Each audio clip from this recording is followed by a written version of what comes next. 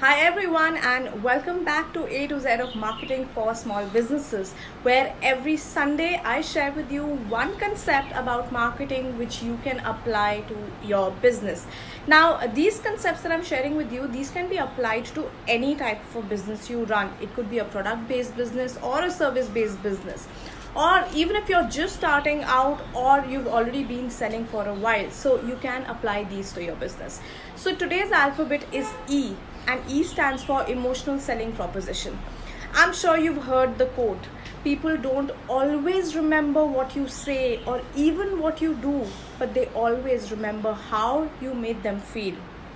The same applies to your business and how you relate to your customers. So research in consumer behavior indicates that consumers make decisions on an emotional level first, and then only after the emotional decision has been made do they spend the time to rationalize it and support it with other excuses. They try to justify it with logic. So to get to people to buy from you and to continue to buy from you, that is to make them become your loyal customers to your brand, you need to tap into the emotional aspect of your product.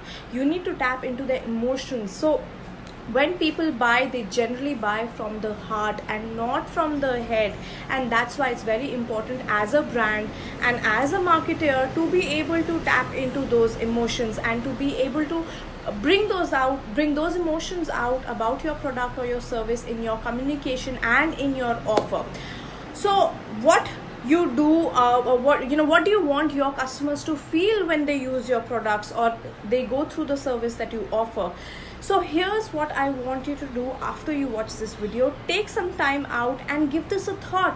What is running in the mind of your customers when they are using your products? How do you really want them to feel? What are the emotional benefits that your product or your service offers, and how do you want your customers to feel when they are using it?